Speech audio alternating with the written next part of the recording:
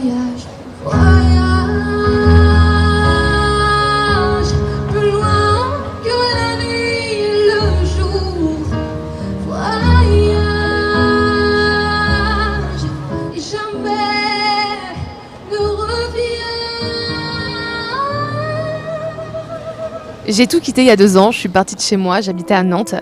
Et je suis partie pour tenter ma chance sur Paris. Je suis chanteuse. Actuellement, je chante dans le métro. Et ça fait 867 jours que je vis dans mon camion. Mes proches, quand je leur ai annoncé que je partais, mes amis surtout, ils ont eu très peur.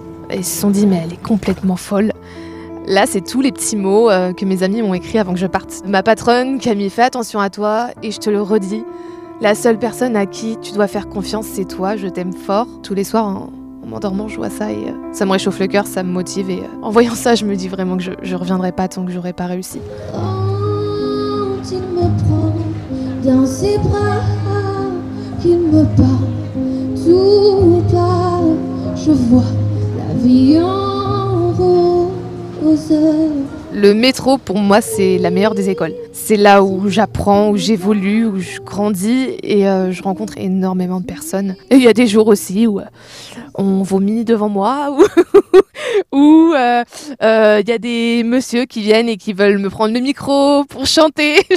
Ou ça fait 2 heures que je chante et que le monsieur, il arrive et il me pique tout mon argent en courant. Emportés par la foule qui nous traite, nous entraîne, nous écrase l'un contre l'autre, nous ne formons qu'un seul corps. Je gagne entre 40 et 80 euros, mais là en ce moment je peux même repartir avec 3 euros pour avoir chanté 2 heures. Vu que je gagne pas assez pour vivre, je vais sonner chez les gens pour essayer de vendre mon album et je peux marcher 6-7 heures dans la journée jusqu'à temps que j'en vende au moins 15. J'ai aménagé mon camion avec un ami à moi. Là il y a espace lit, là il y a tous les rangements, j'ai là tous mes vêtements. On a également posé le sol et également des petites étoiles au plafond. Je me sens bien, je me sens dans mon petit cocon. Ce tableau il résume un peu tout ce qui s'est passé depuis que je suis partie. Le jour où j'ai été prise pour chanter dans le métro, là c'est quand je suis passée à The Voice où j'ai chanté Papa ou Thé.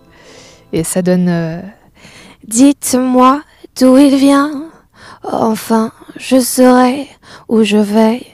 Maman dit que lorsqu'on cherche bien, on finit toujours par trouver. J'ai pas de place attribuée pour mon camion, je me gare un peu partout, là où je peux, surtout en sécurité parce qu'il y a vraiment toute ma vie dans mon camion. En vivant seule dans mon camion, j'ai très peur le soir quand je suis toute seule dans les rues.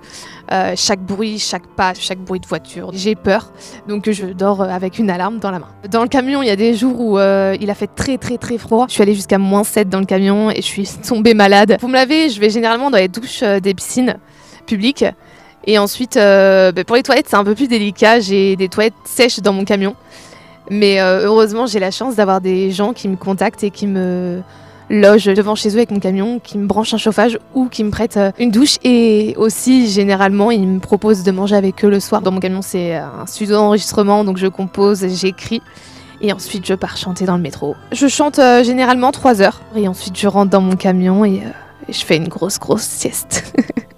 Mon plus grand rêve, c'est de faire les zéniths, faire toutes les scènes parisiennes, idéalement toutes les scènes du monde entier. Et il y en a beaucoup qui me demandent, mais est-ce que tu t'es mis une date pour rentrer? Et non, en fait, je déteste entendre cette phrase parce que je me suis pas mise de date.